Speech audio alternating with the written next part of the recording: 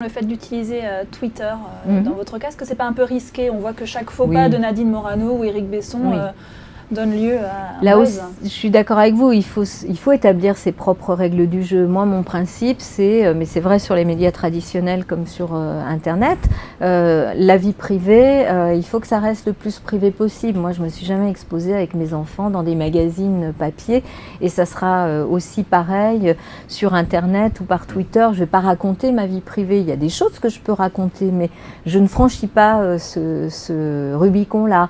Il y a d'autres règles du jeu qu'on peut se donner.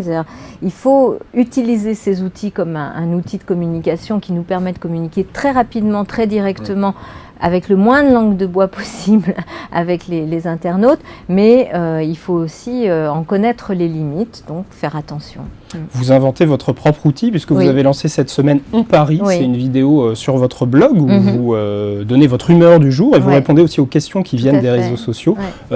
Pourquoi et à quoi ça sert tout simplement? D'abord, je trouve que c'est une façon de pouvoir toujours, pareil, dialoguer directement avec les citoyens, donner son humeur de la semaine, parce que je ne le fais pas quotidiennement, mais de la semaine, c'est une façon aussi de dire, voilà, moi j'ai des coups de cœur, j'ai des coups de gueule, j'ai envie de les exprimer et que ce soit quelque chose de vivant. On est des femmes et des hommes politiques, on n'est pas des objets, on n'est pas des produits marketés, on a une vie, on a des réactions et ça je crois qu'il faut aussi le faire passer.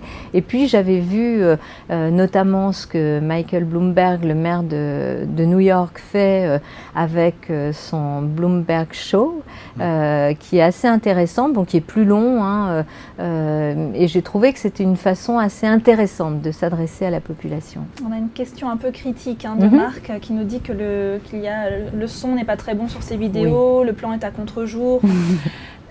On va s'améliorer, Marc. Vous avez déjà des internautes qui regardent. Oui, tout à fait. Est-ce que ça va être amélioré? Oui, bien sûr. D'abord là, c'était un petit ballon d'essai, donc on va améliorer. Je vais raccourcir parce que je pense que la séquence est un petit peu longue, donc il faut être plus... Voilà, ça doit être plus intense.